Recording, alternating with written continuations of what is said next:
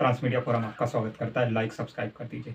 भारत ने south Africa को हरा के 17 साल बाद T20 का विश्व कप जीत लिया है।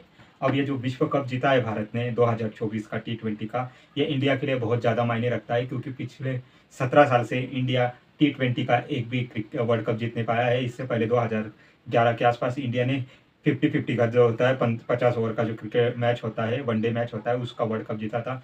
उसके एक लंबे समय के बाद इंडिया ने ये वर्ल्ड कप जीता है। आपको पता है दुनिया में सबसे ज़्यादा ये जो क्रिकेट खेल जो देखा जाता है वो इंडिया में ही देखा जाता है। और इंडिया में बहुत सारे फैंस, बहुत सारे दीवाने हैं क्रिकेट को, जो क्रिकेट के साथ साथ IPL भी एंजॉय करते हैं। तो क्रिकेट का एक बहुत ही सुनहरा भविष्य जो है इंडियन कॉन्टिनेंट में और स्पेशली जो है भारत में दिखाई देता है। यहाँ पर रोहित रोहित और उसके साथ साथ जितने भी सूर्य कुमार यादव, जितने भी क्रिकेटर्स हैं, उन सबको हम हमारे चैनल थ्रू बधाई देना चाहते हैं। प्राइम मिनिस्टर नरेंद्र मोदी और जितने भी सारे सेलिब्रिटीज हैं, सारों ने इंडियन क्रिकेट टीम को ये जो उन्होंने करिश्मा करके दिखाया है, T20 का वर्ल्ड कप जो जीत के दिखाया है, उसके लिए बधाइयाँ दिया हुआ है।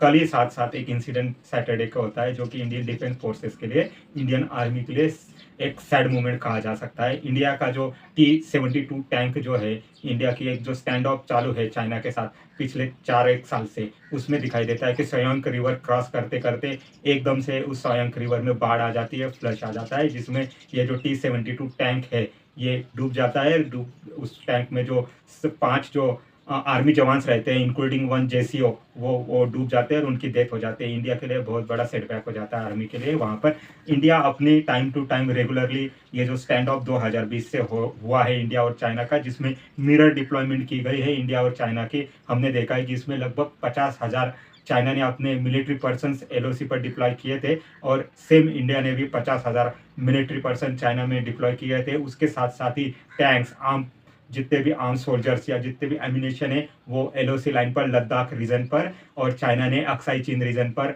तैनात करके रखा था। आपको पता है अक्साई चीन जो रीजन है वो 1962 के वॉर में चाइना ने इंडिया से कब्जा लिया, इंडिया को वहां पर हार का सामना करना पड़ा था। उसके बाद से ही अक्साई चीन रीजन जो है चाइना के कंट्रोल में है। चाइना इस वॉर को एस्केलेट करना चाहता है, एक टाइप से लद्दाख से लेके अक्साई चीन से लेके बॉर्डर से उत्तराखंड, साथ ही साथ सिक्किम और अरुणाचल प्रदेश, यहाँ पर चाइना इंडियन टेरिटरी में 1-2 सालों में इंकर्जन करते रहता है, अंदर आने की कोशिश करता रहता है। तो इंडिया को ये जो पूरी मैकमोहन लाइन है जो चाइना के साथ डिस्प्यूटेड है, जिसको चाइना मानने को तैयार नहीं है, और इंडिया के डिफरेंट डिफरेंट एरियाज को खुद का एरिया बता के रिक्लेम करते रहता है, उसका नाम चेंज करते रहता है, इंडिया को एक प्रेशर में लाने की टैक्टिक करता रहता है। उसी का इंडिया जवाब देना चाहता है। 2020 से ही इंडिया और चाइना का जब गलवान वैली में एक क्लैश होता है, जहाँ पर इंडिया के 20 जो सोल्जर्स थे वो मेट्रियाड होते हैं, शहीद हो जाते हैं, और चाइना के 40 से 50 सोल्जर जो है गलवान वाली कैश में कैजुअलिटीज होती है, मारे जाते हैं। But China as a dictator country होने के नाते चाइना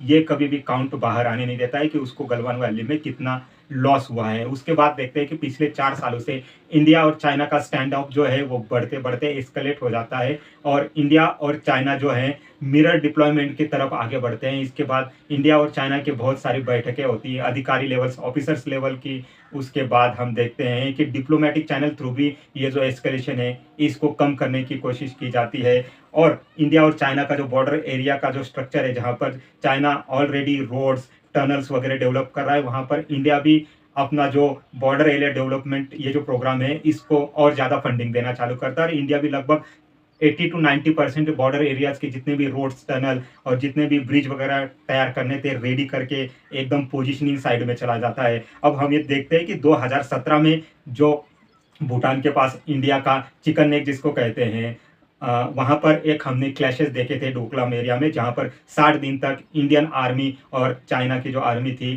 फ्रंट टू फ्रंट एक साथ आ गई थी और वहाँ पर एक एस्केलेशन पॉइंट क्रिएट हो गया था। वहाँ पर इंडिया अपना प्रेशर चाइना पर डालने में कामयाब हो जाता है और डोकलाम जो रीजन है वो शांतिपूर्ण तरीके से सॉल्व कर लिया जाता है। उसके बाद 2020 में जो है गलवान का डिस्प्यूट हम देखते हैं, लॉकडाउन में ही ये डिस्प्यूट होता है, जहाँ पर इंडियन आर्मी और चाइनीज PLA जो है टकराती, जहाँ पर इंडिया को 20 सोल्जर्स का लॉस सहना पड़ता है, चाइना को मोर देन 40 के ऊपर लॉस सहना पड़ता है। उसके बाद हम देखते हैं कि डिप्लोमेटिक चैनल थ्रू और ऑफिशियल चाइना के साथ जो है ये टेंशन को कम करने की कोशिश की जाती है। इंडिया चाइना के ढेर सारी जो एप्लीकेशंस है वो बैन कर देता है। इंडिया सिस्टमेटिकली चाइना पर अपनी जो डिपेंडेंसी है उसको कम करना चाहता है, उसको कम करते जा रहा है।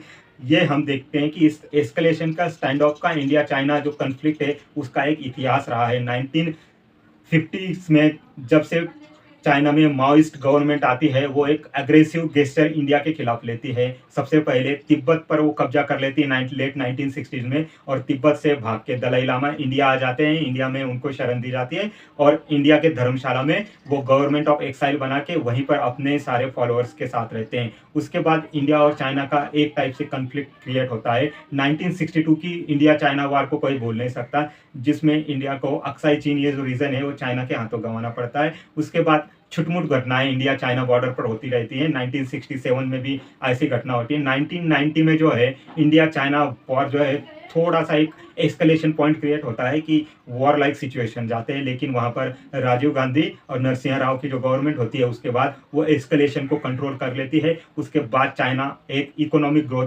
दर्ज करता है। चाइना की इकोनॉमी हर साल 10% के हिसाब से बढ़ती है और चाइना जो करंटली है 12 से 15 ट्रिलियन डॉलर की इकोनॉमी बन चुका है। वहीं इंडिया 4 ट्रिलियन डॉलर की इकोनॉमी बनने के अभी खौफ देख रहा है। तो इंडिया से लगभग 3 से 4 गुना बड़ी इकोनॉमी अभी करंटली चाइना की है। बट चाइना ये जो वास्ट रीजन है तिब्बत, इसको लेके, और चाइना का सिंचियांग जो रीजन है, इसको लेके खासा परेशान रहता है, खासा दिक्कत में रहता है, क्योंकि तिब्बत जो ऑक्यूपाई करने के बाद चाइना उसकी पॉपुलेशन चेंज करना चाह रहा था, लेकिन तिब्बत की जो ऑटोनॉमी है, तिब्बत का जो एनवायरनमेंट है, माउंटेन टेरेन है, उसकी वजह से चाइना तिब्बत का जो पॉपुलेशन डेमोग्राफी चेंज करना चाह रहा था उसको चेंज नहीं कर पाता है, क्योंकि बहुत ही चैलेंजिंग सिचुएशन है। अभी भी ओवरऑल तिब्बत की पॉपुलेशन 35 लाख ही है। तो आप समझ सकते हैं कि तिब्बत रीजन ह्यूमन सर्वाइवल के लिए कितना डिफिकल्ट हो सकता है। आने वाला जो वॉर हो सकता है हिमालय के बीच में भारत और चाइना का, वो इसी रीजन में हो सकता है, क्योंकि मैकमोहन लाइन चाइना मानता नहीं। चाइना ऑलरेडी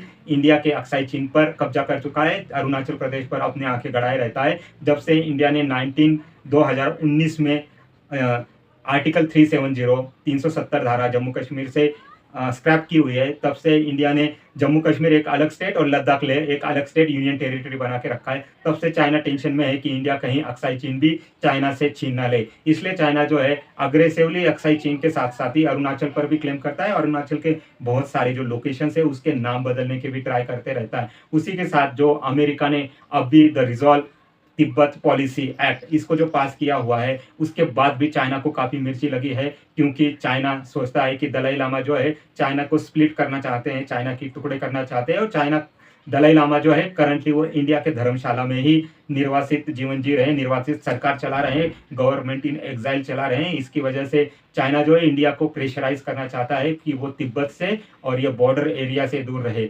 लेकिन आने वाला जो समय है वो इंडिया और चाइना के लिए बहुत ही चैलेंजिंग रहने वाला है, क्योंकि इंडिया को चाइना के एग्रेशन से निपटना है, साथ ही साथ इंडिया को अपने इकोनॉमिक रिफॉर्म को भी आगे बढ़ाना है और अपने इकोनॉमी को भी आगे बढ़ाते हुए चाइना के समान लेके जाना है, क्योंकि चाइना इकोनॉमिकली बहुत ही ज्यादा इंडिया से स्ट्रांग हो गया है। मिलिट्रीली स्ट्रांग हुआ नहीं हुआ ये बात दूसरी, बट इकोनॉमिकली चाइना इंडिया से बहुत स्ट्रांग है, और इंडिया को इस बारे में कंसर्न भी जो रहते हैं उसको क्लियर करना होगा। साथ ही साथ इंडिया को अपनी आर्मी को मॉडर्नाइज करना होगा, अपनी जो आर्म्स है उसको भी मॉडर्नाइज करना होगा। इंडिया ने जो एक प्लान किया हुआ है लाइट टैंक, जिसको जोरावर कहा जाता है, उसके भी फास्ट ट्रैक परीक्षण करने होंगे और उसको फास्ट ट्रैक में इंट्रोड्यूस करना होगा, ताकि हम माउंटेन ट्रेन जितने भी हैं, माउंटेन बटालियंस क्रिएट करने होंगे। माउंटेन पर होने वाला युद्ध में अगर हमको जीत हासिल करनी है तो हमको माउंटेन वॉर के लिए रेडी रहना होगा। अभी के लिए इतना ही। ट्रांसमीडिया फोरम देखने के लिए थैंक यू वेरी मच, धन्यवाद।